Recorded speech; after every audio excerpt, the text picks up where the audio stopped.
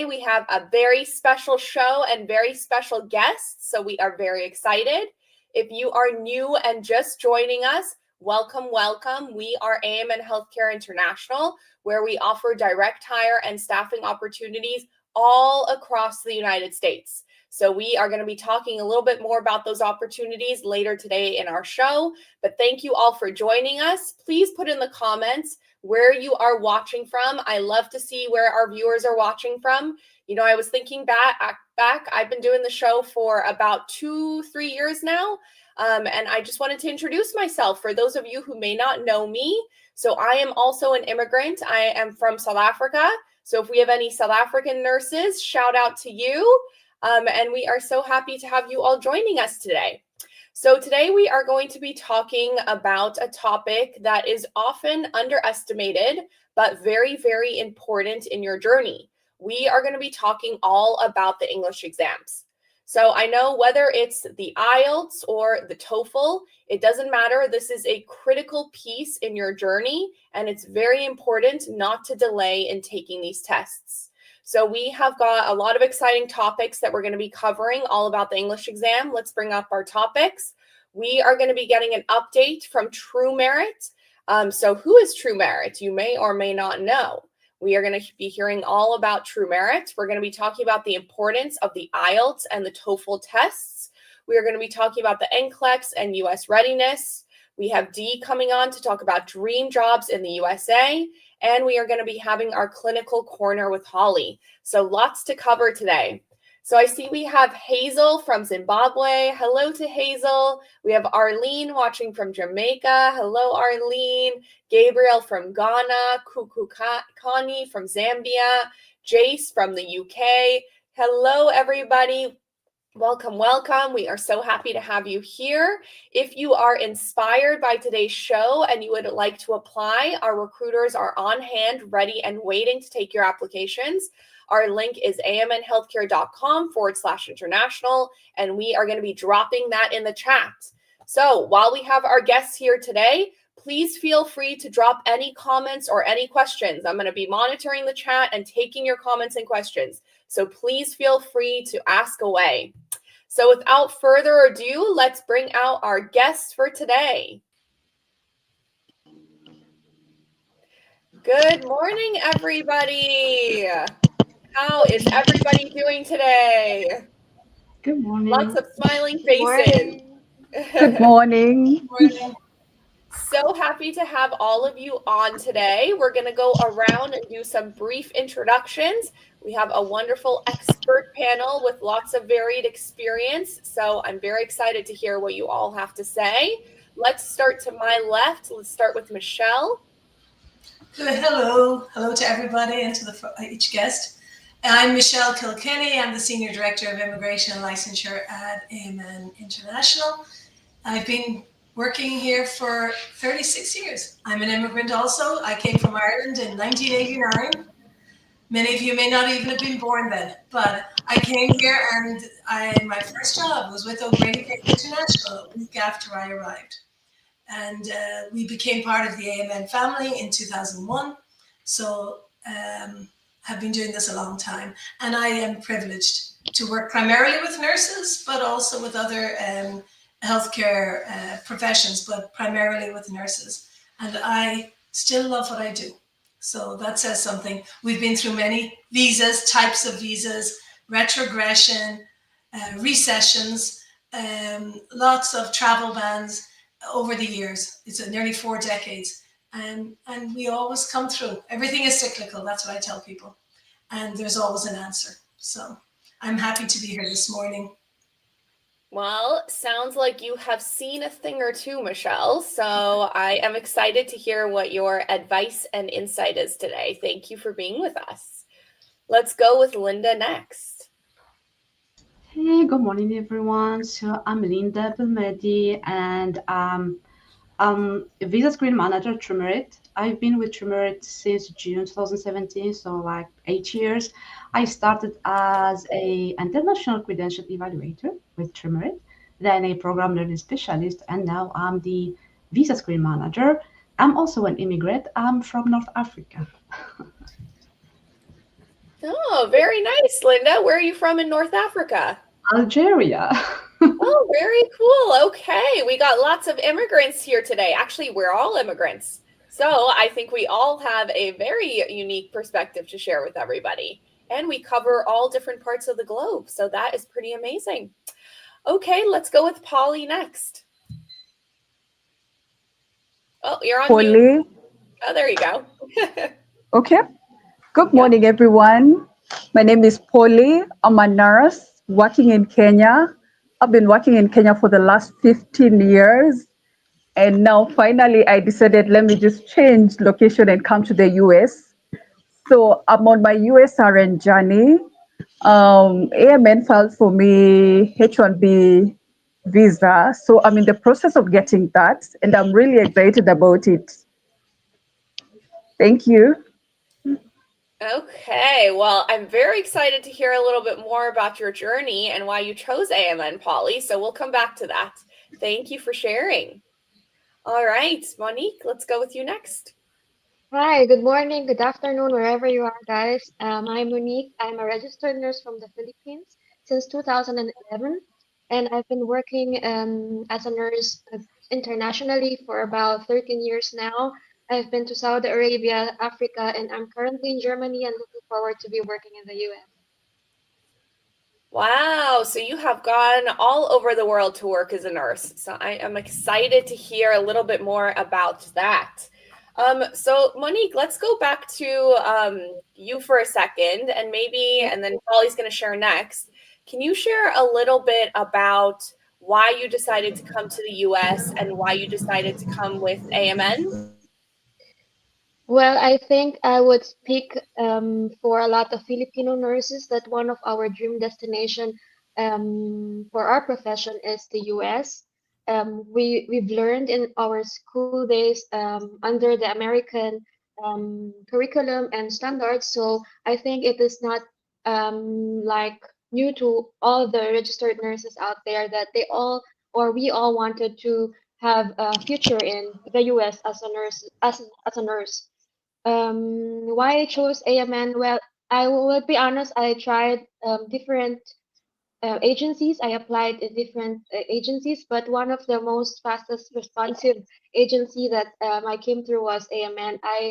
Um, I would say that it just like in the span of 1 week, I received already a feedback from them.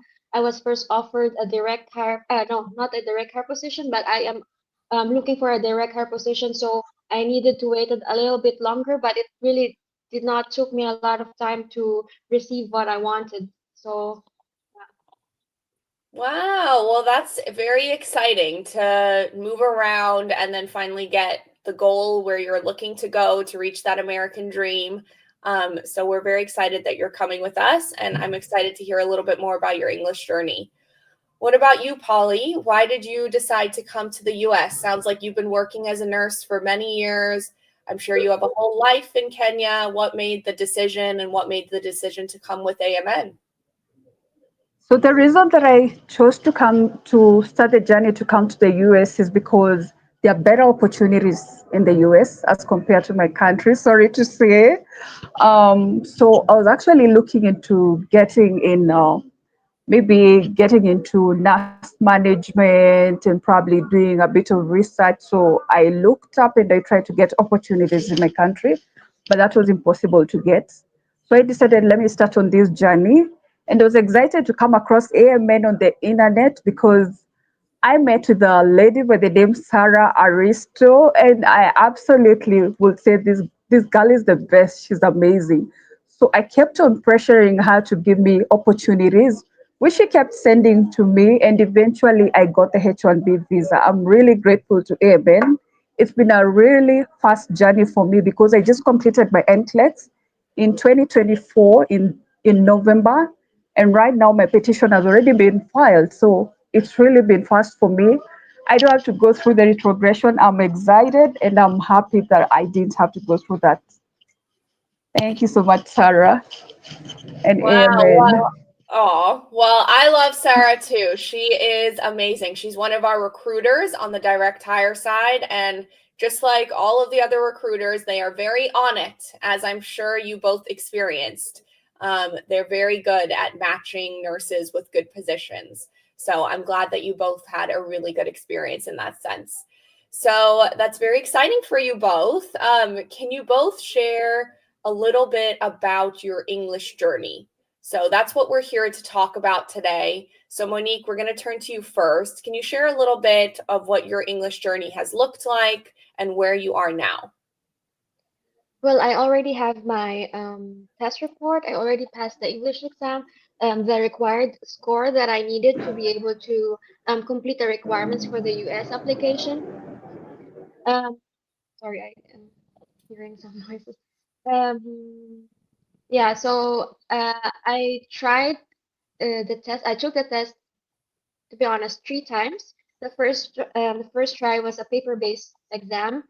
I took the test with my partner, and I got the higher score, but unfortunately for the required score for the speaking test, which is the required score of 7 for speaking, I didn't reach that. I got 6.5 on my first attempt.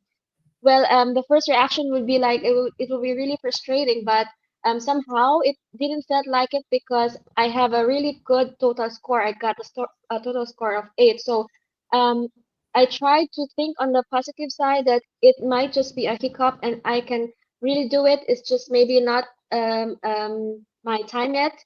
So I tried again. Few days later, I tried again to book the test.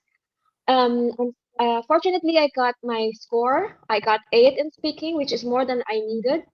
But unfortunately, I didn't ask, or I was not really well informed that the computer home-based test is not accepted by CGFNS or TruMerit. So that was really frustrating because you already got more than what you need, but it will not be accepted regardless of how good it is. So that hurt more than the first try. So well, I need to move forward and look again on the brighter side. So I decided to take it again. So I take it the computer-based test, but in the test center already because it is fast when it comes to releasing the results, and I needed to book it um, as much as possible so that my application and my process will be a little bit faster. So that was my journey. Oh man, wow, that sounds like quite a journey and quite a learning experience. So I'm sure you have lots of tips after going through that whole experience. So we're going to dive into that. But congratulations on passing. I know for a lot of our nurses, I speak to a lot of nurses every week, and I think the English exam is sometimes more scary than taking the NCLEX exam. So kudos to you for keeping going and passing, because that's a huge feat and I'm sure very inspiring. So we look forward to hearing a little bit more about what advice you would give our nurses. I could guess a couple of tips, but we're going to hear a little bit more from you. Polly, let's turn to you next. Can you tell us a little bit about your English exam journey? So the time that I came to AMN, I had not done English before. So it was my first time to do English. And now that I did my interview and I got the contract, I was supposed to do the IELTS exam in probably 3 months.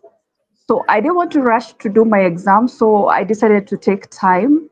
I used 909ers, which is a very, very nice program that actually allowed me to go through so many modules that enabled me to just pass my exam on the first try.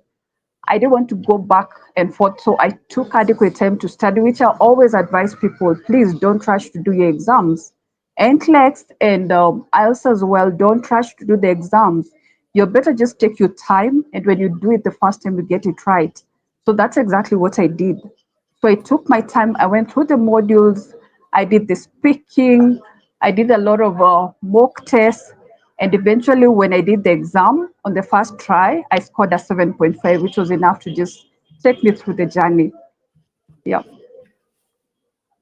That's very exciting. I'm sure when you got those test results, you felt a huge sigh of relief. That is a good feeling. You can continue on with your journey. So thank you for sharing, Polly, and congratulations. And we'll hear a little bit more about your advice and your tips as we go through the show. But I want to put a pause and answer some questions that I think I'm receiving on who is TruMerit. What is TruMerit? So there have been some changes in US licensing agencies, and I'd love to hear from you, Linda. Can you give us a little bit of background? Who is TruMerit? I think we actually do know who TruMerit is. Maybe there's just been a slight name change, and maybe you can tell us a little bit more why there's been a name change. Thank you, Danielle. So, as you know, TruMerit is or was CGFNS International. So, CGFNS International started back in 1977. So, we are like 50-year-old. So, we started by doing credential, evaluation for nurses, doing visa screen for nurses and other health professions. Then recently, we are doing other things. So, we do certification. We are going global. So this, had us to change our name to TruMerit. So the name TruMerit, it reflects, broader mission and also a diverse range of healthcare professions. It's supported beyond just nursing. So the name TruMerit emphasized the organization role in validating qualifications and achievement of healthcare professions. It signifies genuine excellence. So their branding signifies a new era, of global impact, concentrating on empowering healthcare professions, healthcare workers with knowledge, tools, and inspiration to achieve excellence. So this is the reason why CGFNS is now TruMerit. Okay, thank you for sharing, Linda. I didn't even know that CGFNS had been around for so long. That is amazing. So sounds like CGFNS was more focused on nurses, and now CGFNS, which is now TruMerit, is taking more of a global view on all healthcare workers. Does that sound correct? Yes. Okay, very, very interesting. Okay, well, thank you so much for being here today. We are excited to hear your insight as we move through the show and we talk about everything that you need to get a visa screen in order to come to the US. Thank you for having me. Thank you. Okay, so let's switch back to English exams and let's talk about some of the basics. English exams are crucial, vital, required potentially, depending where you're coming from, to come to the United States as part of your journey to get to the United States. Let's talk about what they are and why they matter. So, Michelle, can you give us a little bit of background on what the IELTS is, what the TOEFL is, and what skills do they test? Sure. English is very important for all of our international clinicians.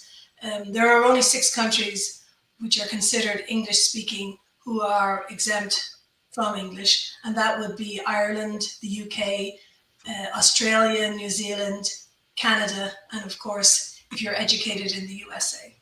It's all based on where you're educated as a nurse. So that you have to remember also, because you could have been educated in the US, even if you're from the Philippines, therefore you would be exempt from English. You need English for your visa screen or your healthcare worker cert, and that is required at the time of your embassy interview, whether you're coming as a Canadian on a TN status, or you're coming on a H-1B to work in America, or you're coming on an immigrant visa to work in America. At the interview, you have to produce your visa screen certificate. English is also required for licensure, and every state is different. So we'll talk more about that, but English is required for several states, and it depends again on whether you're educated in English or if you are from one of those English-speaking countries, or it just each board is different, and the test they accept could be different also. The English test is twofold. It's to qualify to get you the certificate, but it's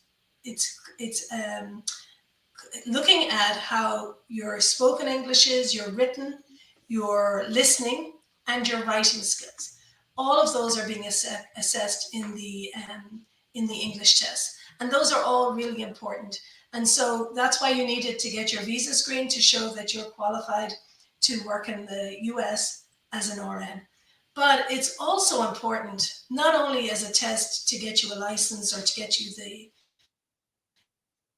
the certificate, it's also important so that when you come to America, that you're comfortable having conversational English. So it's really something that you as a nurse or whatever profession you're in, if your plan is to come to America, you've got to understand that English is very important. Okay, thank you, Michelle. We're going to dive into a lot of what you said as we move through the show, but I think some good insight there on what the English exam is and why it matters, not just for passing your test and getting your visa screen, but also once you're in the US and why it's so important. So I was just looking along in the chat as we were talking, and I see we got lots of people joining us. I wanted to say hello to. We have Matileli joining us from South Africa. Hello from South Africa. We have Freisha joining us from Kenya. Polly, another fellow countryman. Nestine, also from South Africa. And we have a question that we have from Keshanya, who is asking if we recruit nurses from Sri Lanka. So I believe so, Keshanya. You can apply on our website. We're going to drop that link in the chat. It's amnhealthcare.com/international, and our recruiters will be there to help you process your application, whether it's with direct hire or with staffing. We have many positions across both sides of AMN. So let's continue on. So Monique, I want to ask you, you took the exam 3 times, which takes a lot of persistence and a lot of discipline. What advice would you give to other international nurses who may not pass on the first time and might be feeling discouraged and may not know if they want to continue taking the exam? Well, of course, it is normal to feel frustrated, to feel discouraged, to feel that, sorry to say the word, but you feel like stupid. But it doesn't define you. It's just an exam to test your ability to communicate in English and how far or how extent, in what extent can you communicate, or is your ability to use the English language. So it is more of like a test of patience as well, because preparing for the test is requires also a lot of time and patience. I would like to say that don't focus on the negative feelings. When you fail on the first try, it doesn't mean that you cannot make it through. You just have only you can tell if you are ready to take the exam. If you fail at the first try, just evaluate yourself. Why did it happen?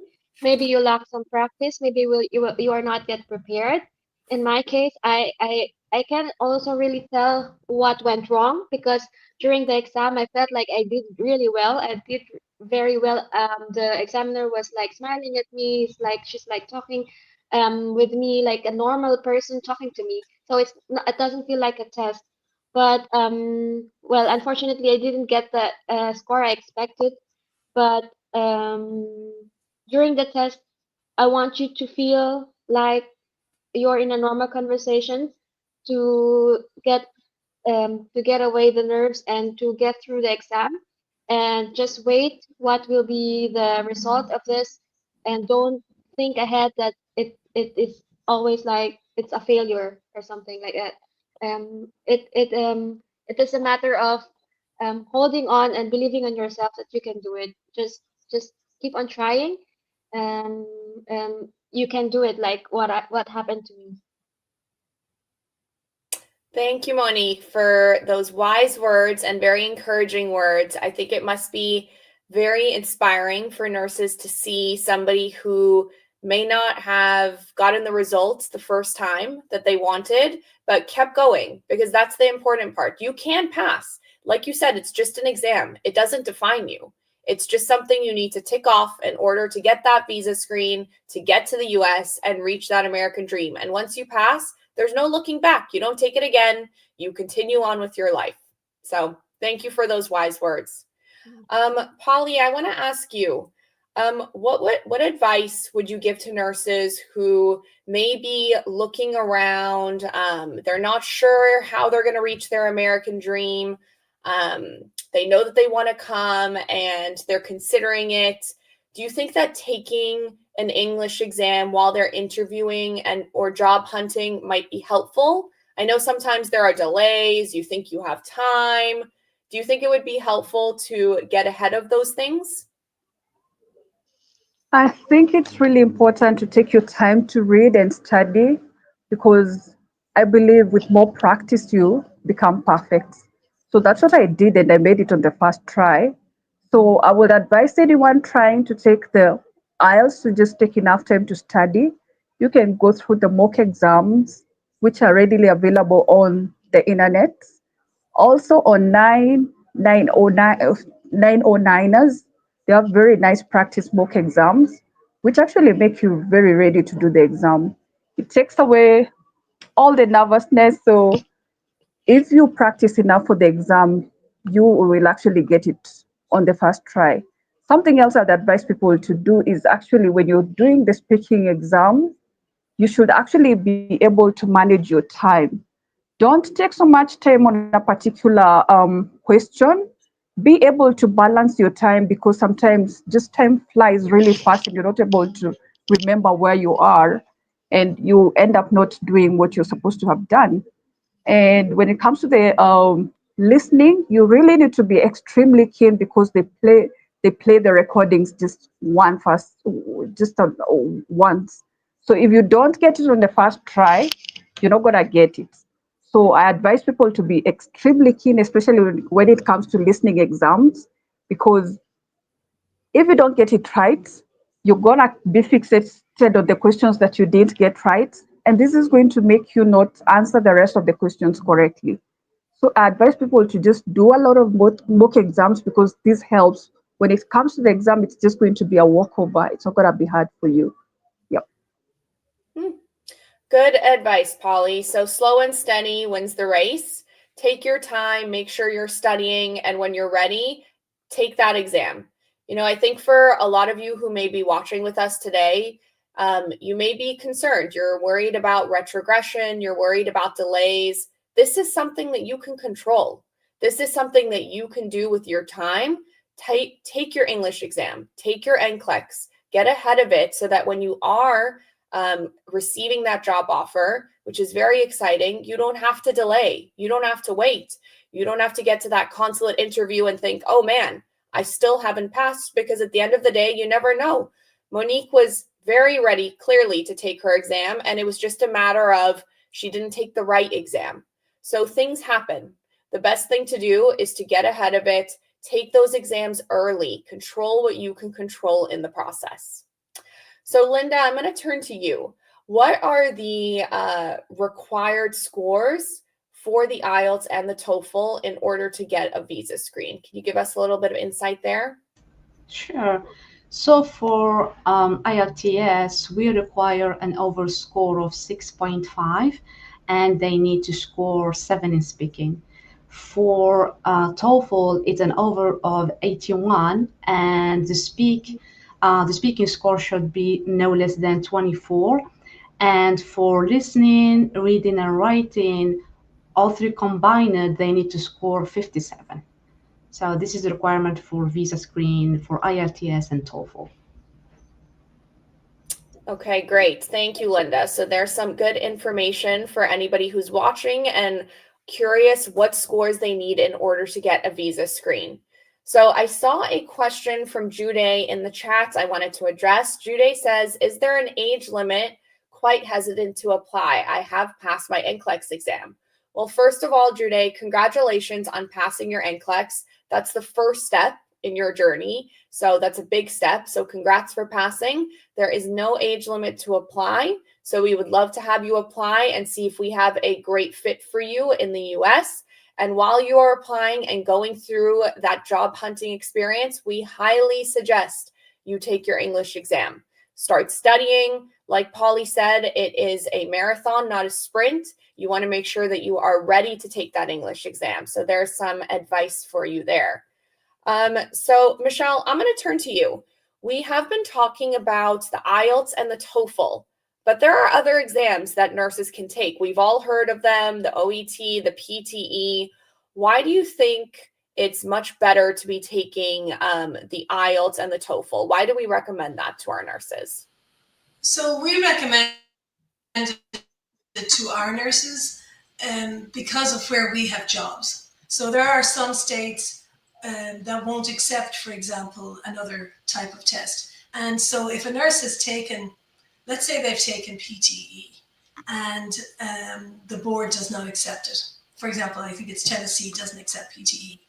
If we're going to place you in Tennessee, it's going to require you taking English again.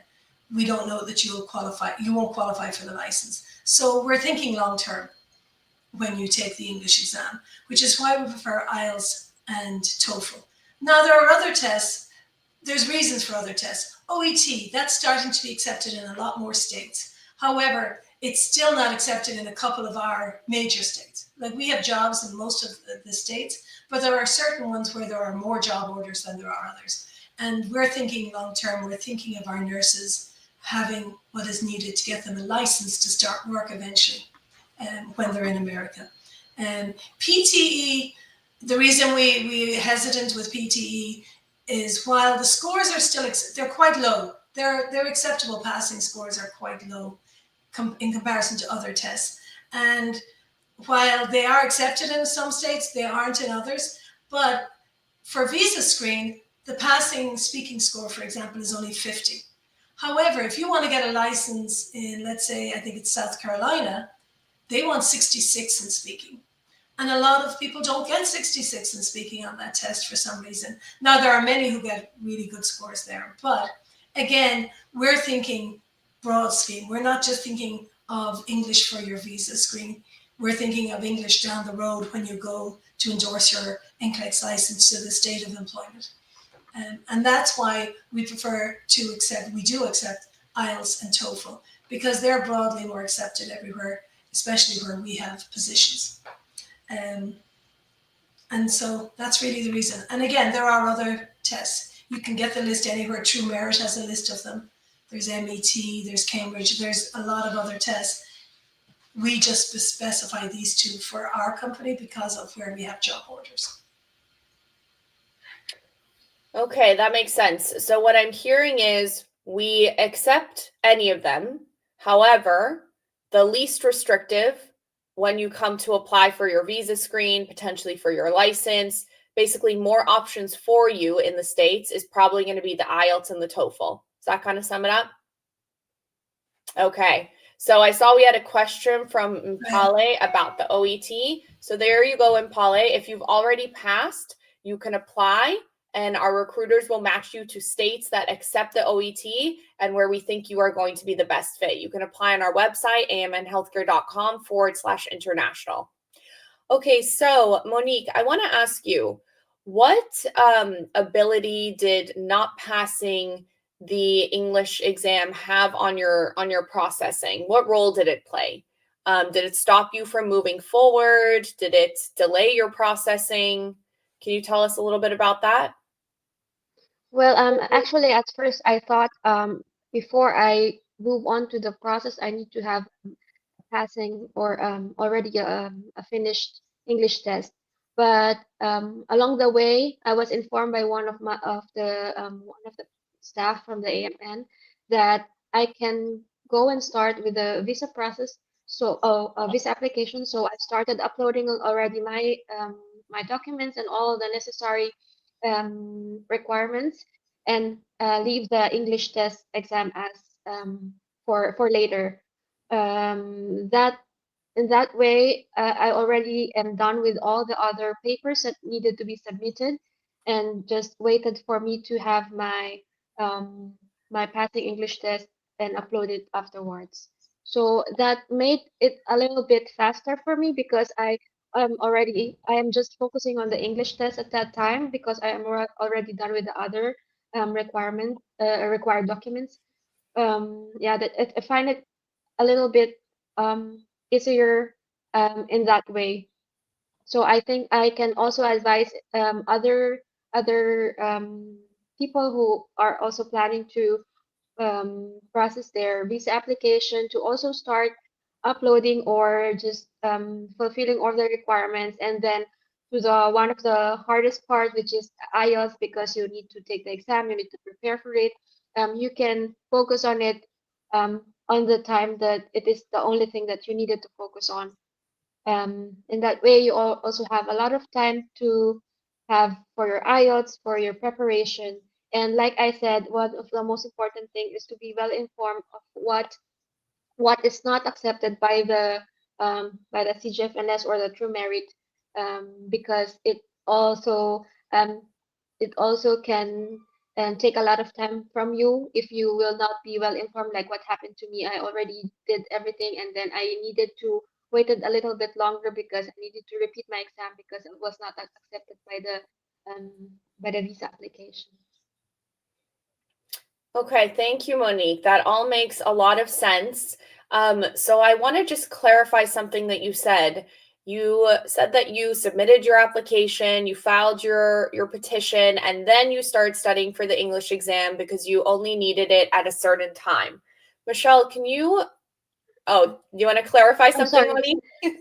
Yeah, I already submitted all of the required papers and documents, and then I waited for me to take the exam, because along the way I'm already studying for the IELTS. I'm already preparing for it. But what I'm trying to say is that before I focus on the IELTS, Mhm.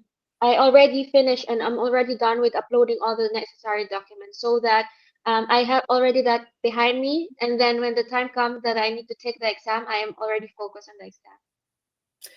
That makes sense. So you did your homework before, you made sure that you had all the documents and everything prepared so that when you took the exam, you were ready to go. So, Michelle, can we clarify something for our audience? So, I think there's this feeling generally among our audience that, especially for those who are unfortunately subject to retrogression, that they have a lot of time, which potentially they do.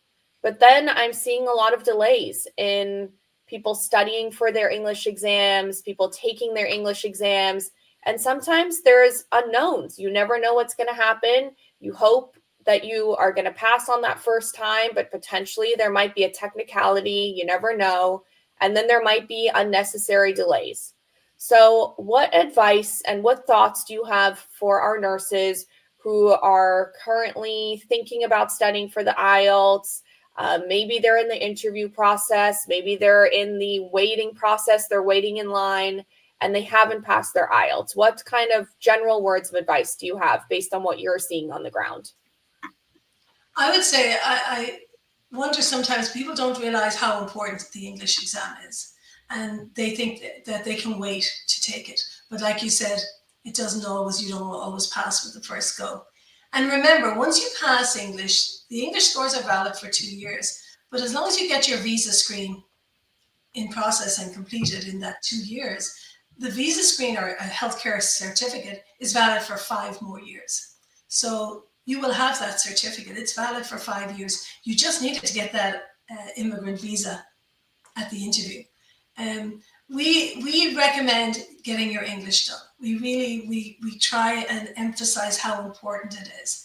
And I really want to reiterate what Polly said. I love everything. I'd love to have her on more shows, especially with Niner, because we provide Niner to our clinicians as an educational source to study for English, whether it's TOEFL or IELTS. And we can't emphasize it enough. Take the course. Don't just sort of look at it and then go off and do the test. Use the resources you're being given. Use them fully. Take those mock tests. Because I think, even me coming from Ireland, when you take a test in America after coming from another country, we're used to writing essays. In the States, they're used to multiple choice. It's the same with taking an English test. You've got to learn how to take the test. And again, like Polly said, listen, there are tricks to the trade, and it's not even tricks. You just need to learn how it's been given. And that's what Niner does. It tells you how that is given, how you should look at a question, and how you should proceed with the test. So use your resources. Take every module they're giving. take every mock test they're giving, take every practice test they're giving, because that's what will make you successful. When we look at people who pass versus fail, the ones that fail, they usually haven't used a lot of the course, because you can see if they've used 5% or 100% of the education course with NINER. And you can tell when people haven't used the course, they're not as successful. They rush into the test, rush into retesting. Use the resources that are being given you to, whether it's for English or for NCLEX. Study and follow every module, because that's what it's all about. That will help you be successful. But I say get your English done as quickly as possible, as soon as your I-140 is filed. That's just my opinion in all our years, because you're right. People are passing NCLEX faster than they're passing English for whatever reason. And again, it can be quite subjective, I think, sometimes, depending on where you take it. So I suggest realizing that English is important for your journey. And can I just say one thing about the scores that were shown earlier? I apologize. The IELTS scores were listed earlier, and the TOEFL. It said 6.5 for reading, writing, and listening. When it comes to your certificate, it's actually only speaking and overall. That's all that matters. 7 in speaking, 6.5 overall. Now, when it comes to endorsement, there are some states that say you have to have over 6 in the other areas, but others don't say that. So if you get 5 in reading, but you get 8 in listening, you may still get 6.5 overall. So I just wanted to clarify that people don't understand that you have to be able to read the scores depending on what you need them for. Thank you, Michelle. Well, that's why you are the expert, and that is why you are here today. You have seen a thing or two, so thank you for all of that advice. I think as we said, things are cyclical, and as we see the cycles move through, it's good to have those tips and tricks. And one of those big tips that I'm hearing from Michelle after many years of practice is to do that English exam ASAP. You want to get it done and dusted so that you can move on with your process. You don't want to have those unnecessary delays. So I see we have a couple of questions that are for Michelle in the chat. So Michelle, there is one question here from Randich, who is asking, after how long will you apply for the visa screen after applying for an I-140? Are you able to answer that one for us? Yeah, I mean, well, for us, because I know we're talking to a broader audience here, but my team will monitor the English scores and base it on that, because we do have retrogression. So there could be a 2-year, 2.5-year period before you're eligible for a visa. And so we monitor when your English is going to, is valid for, on when we will apply for your visa screen. There you go, Randich. And that's why you want to work with a company that has been doing this and really knows what they're doing, knows the ins and outs, knows the little tips and tricks, because that's very important when you're thinking about timing and applications. You don't want your English to lapse or your NCLEX to lapse without getting that visa screen. So very important, minute details that our team can help you with. I see a question from Antoinette, who is asking, what visas are you offering? Is it EB3 visas or H-1B visas? So Antoinette, we have positions under both EB3 and H-1B visas. It just depends when you apply and when you are matched with a job and what is available. So please feel free to apply on our website, amnhealthcare.com/international, and our recruiters will help you figure out what is going to be the best job for you. So I want to talk a little bit more about the licensing process in general. So we've talked about the visa screen, we've talked about the English. These are key components to the licensing process, but let's talk about the licensing process in general. Linda, can you tell us a little bit about the role that TruMerit plays in the licensing process? And to add on to that, what's one mistake that you see that often delays nurses getting a visa screen? How can we avoid that? So, TruMerit, actually, we offer 2 services. So we have a credential evaluation service, which is CES. And for this service, the applicant will receive a report, which is a professional report. Some of them use academic report because they want to go to school in the United States. but most of the application are professional report to get a license in a state, in the United States. So this is the role of TruMerit. So we evaluate the education of international educated nurses against the RN, first level RN standards. This is the role, TruMerit plays in licensure. After they get their CS report, they can then apply for a visa screen, certificate. We already have their documentation, so we are not asking them for other documentation. The only thing we'll ask them, because CS report is really depend on the standard of the state. Some state they will ask for ELP, which is the English language proficiency exam. Other state they won't. But for the only document we will ask more once they have the CS report and they are applying for a visa screen is the ALP and also NCLEX pass. So this is the role, TruMerit is playing for licensure. We verify education. The common mistake we see is, and it's actually what Monique mentioned earlier. She made sure to submit all her documentation before taking the ELP. Then she had the time to do the ELP. A lot of applicants, they take ELP years ago and they apply for visa screen thinking that we still can use the ELP.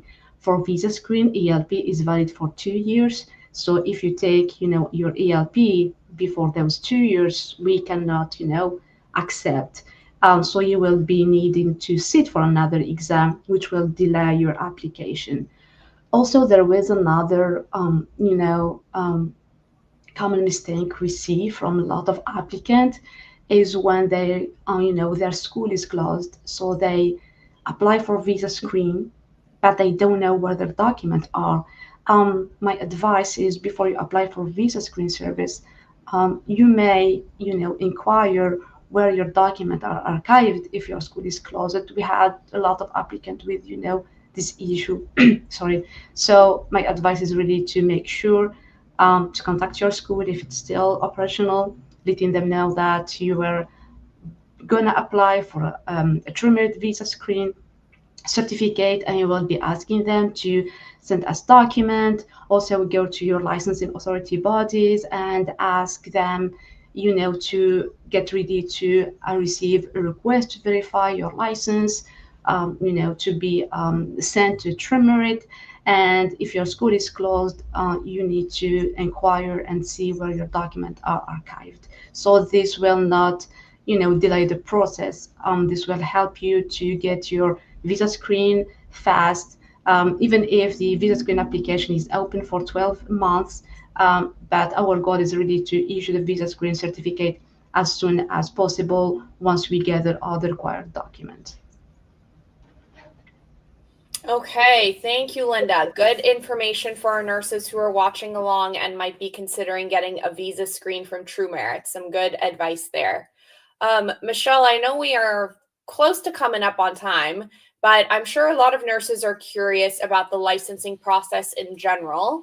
Can you maybe give us a brief overview of the basic steps of the journey of a nurse from taking that NCLEX through the licensing process? Sure.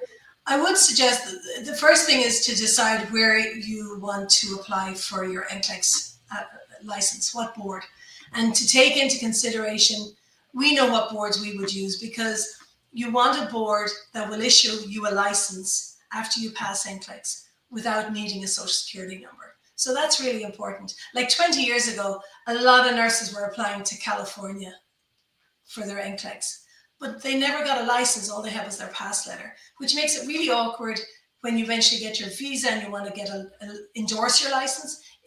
There are a lot more steps you have to go through. So do your research, pick that board that will issue a license and find out what they need. And so most boards will want some sort of credentialing report. My suggestion is you apply for the credentialing report first, because that takes longer. Now, it's not as long as it used to take. The TruMerit have done leaps and bounds in how they obtain documents electronically from different schools. So it's a much faster process, but I still would get the CES credential report started first, because depending on the board you use, some boards only allow their application to be valid for, let's say, 6 months or a year.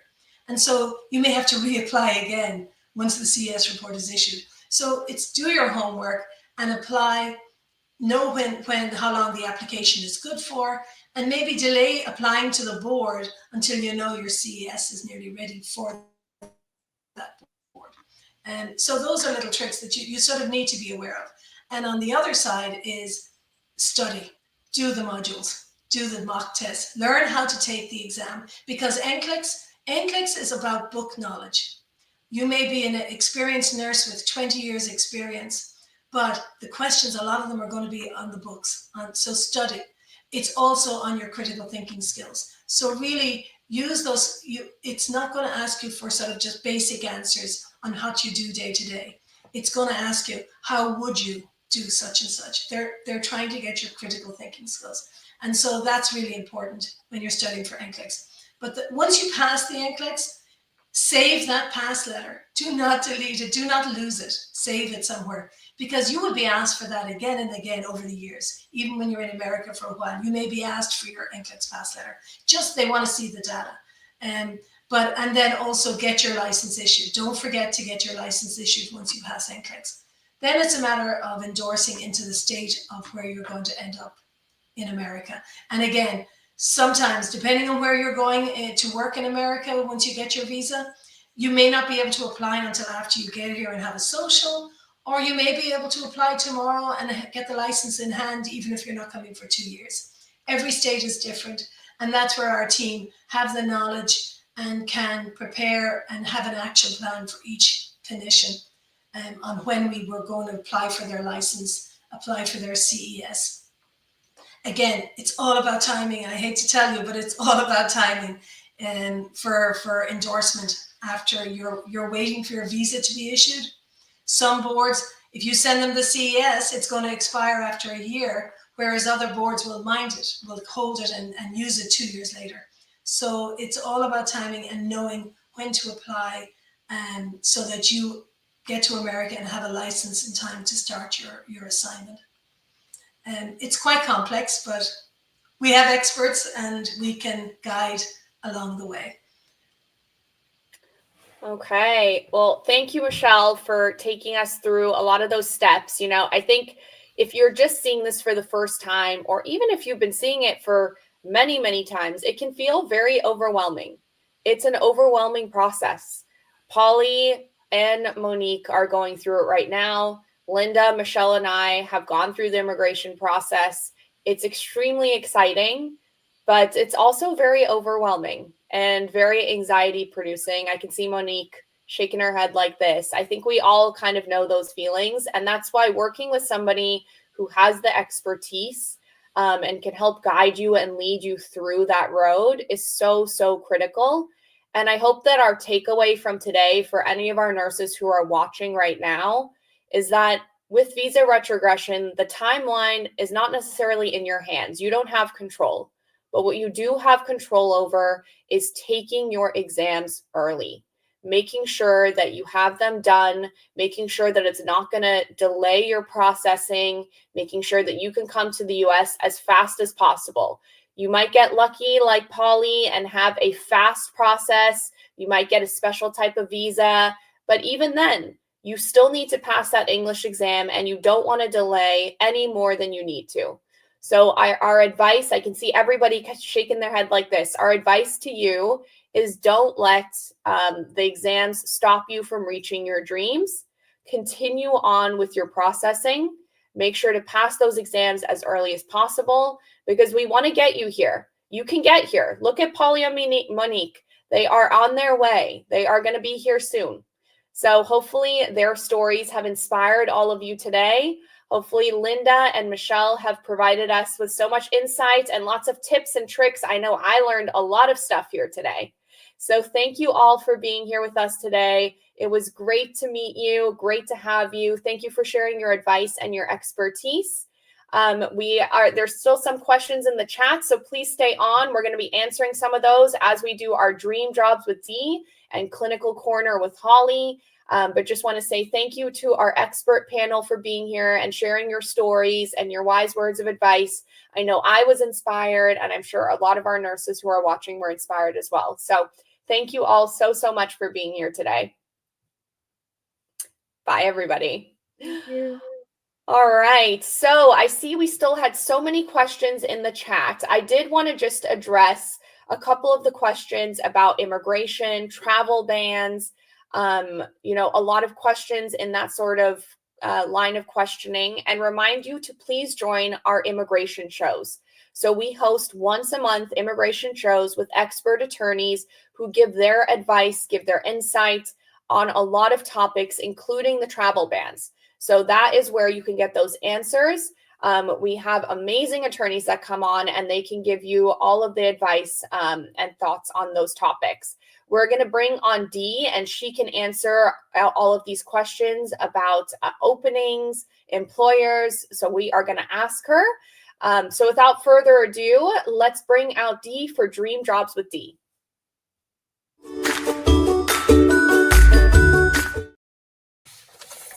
Hi, Dee. Hello, good morning, good afternoon, good evening, everybody. It is so great to be here. I was backstage listening to all of the great information that was shared with you all today. And while it may seem very overwhelming, the great thing is about choosing to work with AMN Healthcare International is that you have an expert team that will help guide you through every step of the process with over 40 years of experience with doing so. So hope that it was helpful and informative. Our goal here on these shows is to provide the education that you need for the exciting pieces of the process, and the not so exciting pieces like studying for English, which is a critical part of your journey. So I am here today to talk about one of the exciting parts of your journey, which is choosing your job once you arrive here in the US. Well, you choose it prior to arriving in the US. So just as a reminder, AMN Healthcare International is the only organization that provides both staffing and direct hire opportunities. So we do have a few jobs that we want to highlight today, but before we get to that, I do want to just address a couple of questions that came into the chat as I was backstage in regards to experience needed to qualify for our program. I saw a couple of questions about I'm still studying, I haven't taken NCLEX yet, can I start the process right now? So right now in this environment, our clients are looking for current bedside experience. NCLEX is a must. English is always required. You don't need to take it immediately, but in certain cases, like the jobs that we're going to talk about today, those who have passed English will be prioritized in order to interview and accept an assignment. So that's why English is really important to focus on and take as quickly as you can. But you all saw the visa bulletin that came out recently, and we saw rest of world progress, and we saw the Philippines not do so. So if you are one of those individuals that wants to get to the US quickly and establish that priority date immediately, then choosing a staffing opportunity is going to be your best opportunity. So please make sure that you are applying today. The handle will go up here again. Our recruiters are on hand to help you decide what is your best route, but getting that priority date established is going to be key for you. So we have got many EB3 opportunities available in our staffing division. And the great thing is you have time to choose your perfect location. So with that, I am going to talk about our highlighted jobs of the week. If we can bring up our slide. Okay, so the opportunities that we're going to talk about today are for direct hire. So you heard Monique talk about how direct hire was something that she really wanted, but she had to wait a little bit more, right? So that's okay, right? And Monique got the position that she wanted, so we're very, very happy for her. But the opportunities that we are talking about today are located in St. Louis, Missouri. So the specialties that we are looking for are CVOR, emergency room, traditional OR, ICU, and BMT, which is bone marrow transplant. So NCLEX will be a requirement. Passing NCLEX will be a requirement for these positions. 2 years plus experience currently working in an acute care facility of 100 beds or more. So again, it is a very competitive landscape right now, and English passers will be prioritized for being scheduled for an interview. And we do have interview events that are taking place later in July. So we will start filling those slots up next week. So if you are interested in these opportunities and have the experience that I just talked about, please get your application in at amnhealthcare.com/international. And if you do not qualify for these particular positions, we still want to hear from you. We still want to talk to you about our many staffing opportunities that we have available so that we can get that all-important priority date secured for you. So thank you so much. I look forward to being here again in a couple of weeks to talk about some more dream jobs. But to echo what Danielle just said, if you haven't, please make sure that you're watching those immigration shows. There was a great one a couple of weeks ago that talked about a lot of the questions that are coming into the chat, and you hear from our expert attorneys. So that's a great resource for you if you have ongoing questions regarding what's going on from an immigration standpoint. Okay, well, thank you, Dee. That is a very exciting job of the week to go to St. Louis, Missouri. I know I've been there, and it's an amazing city. So that sounds like quite an amazing opportunity. I do see some questions in the chat for you, Dee, about nurses who are in other specialties. So are we also looking for other specialties, or are we only looking for those specialties? For this particular position right now, for the interviews that are scheduled for later on in July, I want to say the 22nd, 23rd, and 24th of July will be concentrated on those particular specialties. So CVOR, BMT, OR, ICU, and emergency room. So just for those, just for that particular facility that's looking for those particular specialties. However, we are always looking for qualified applicants in almost all specialties, right? So if you are a medical surgical nurse, a nurse who works in any type of cardiac unit, then we want to hear from you, right? So again, we are the only organization that offers both direct hire and staffing. So if your goal is to get that priority date secured, then we want to hear from you and get your I-140 filed immediately. Michelle, you just saw her team takes care of all of that, and we can file that immediately for you because nobody knows what the visa bulletin is going to do next month. So you really want to get that priority date secured so that if it does go further behind, at least that's secured for you. And that will be the date that will be yours forever until you arrive in the US. Can't control the visa retrogression timeline, but can control when you apply, can control when you get your priority date, can control when you take your NCLEX and your IELTS. So all a very, very good advice, Dee. Thank you so much for joining us today. Thank you. Have a great rest of your day, everybody. So if you were inspired and would like to apply on our website to one of those job of the week positions, you can apply at amnhealthcare.com/international. And please also follow us on Facebook and Instagram to stay up to date with our latest job opportunities. We are constantly posting about our new and exciting job opportunities, and you want to be that first in line to get that opportunity. So let's bring out Holly for our clinical corner.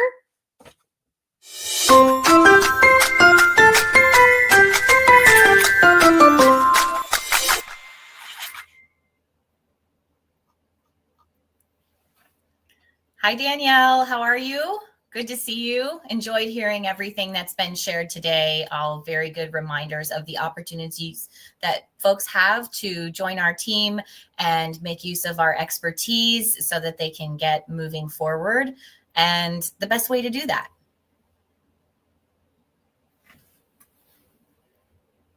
Danielle? I think maybe we lost Holly. Oh no, there she is. I couldn't hear you. That was so show, weird. everybody. That's what happens on the live show. There she is. As soon as I came on picture, she became a little bit more clear. So Holly, let's hear from you. What have you got for us today on the Clinical Corner?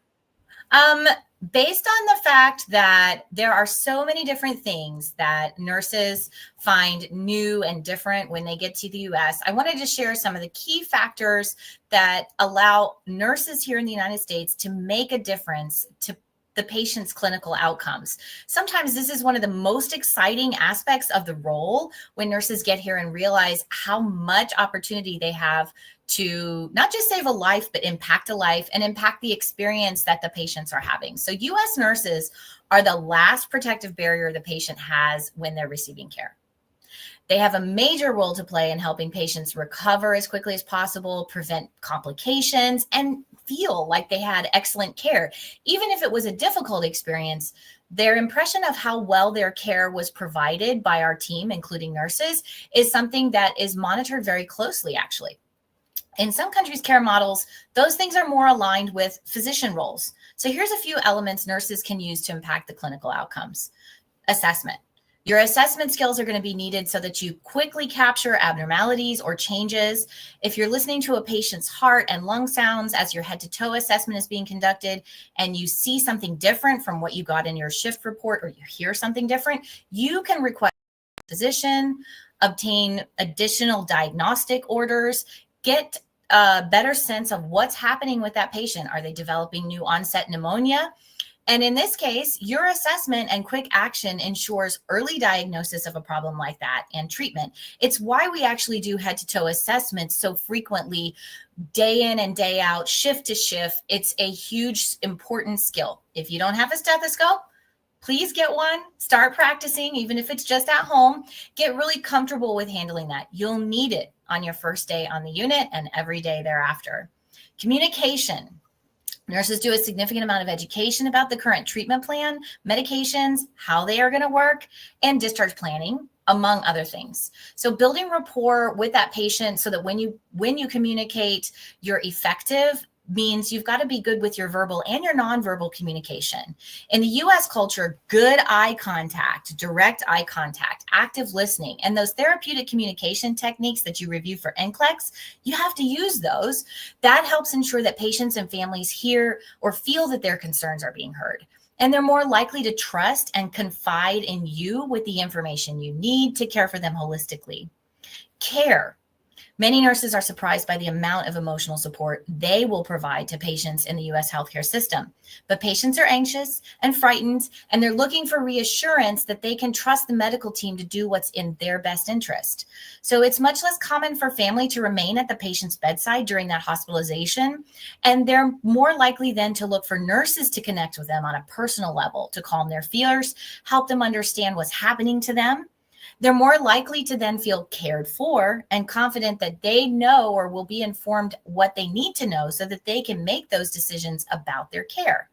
And finally, technology and hands-on skills. You notice I didn't mention those first, but electronic medical record keeping is a skill, and it's really important to be prepared for that. Be comfortable with computers. If you have a chance to use a system, use it to its fullest ability, but be ready for that challenge when you get here so that you hopefully adapt quickly. Vital sign machines, cardiac monitors, IV infusion pumps, those are all things you could see in a med-surg unit, much less in a higher acuity area. Being able to safely perform sterile dressing changes and sterile procedures without breaking sterile field, that's basic. So those things are going to be things that serve you well. But if you don't have those other three elements developed, it can be a real struggle. So that's it for our clinical corner today. I hope you found this information helpful and you get some opportunity to practice putting these concepts into play as soon as possible. Thanks, Holly. Awesome tips as always. Always good to hear from you and get some tips for our nurses to think about while they're processing or even while they're in the US. So thank you so much for being here with us today. It was nice to see you. Great to see you too, Danielle. Thank you. Have a great weekend. All right, so let's look at our schedule upcoming for the next month. We have an exciting schedule on our Onwards and Upwards show. July 10th, we are going to be doing an employer showcase. July 17th, we have that immigration Q&A, both shows from 7 to 8 Pacific Standard Time, California time. So please bring your questions, especially those of you who had questions about immigration, about travel bans. Bring those questions to that immigration Q&A. Our experts are going to be ready and waiting to take those questions. We also have our AMN Academy. So these are free shows, everybody, every Monday from 6 a.m. Pacific Standard Time with our partners 9.09er and iPass. These are free NCLEX classes, free English classes. We've talked about how a lot of things are out of your control during this immigration process, but not taking your NCLEX and not passing your IELTS. You have that in your control. You just need to sit down, study, work hard, and you can pass. We have faith in you. Just have faith in yourself. You heard from Monique, you heard from Polly, who are 2 nurses who have gone through this experience, who have passed and come out on the other side. And their tips were, number 1, get started. It's not a sprint, it's a marathon. It's something you want to take your time with, make sure that you are ready, and make sure that you pass on your first try so that you can put it behind you and move forward with your journey. So if you are watching with us today and you were inspired and you would like to apply on our website, that's amnhealthcare.com/international. And our recruiters are on hand, ready and waiting to help you with your staffing or direct hire applications.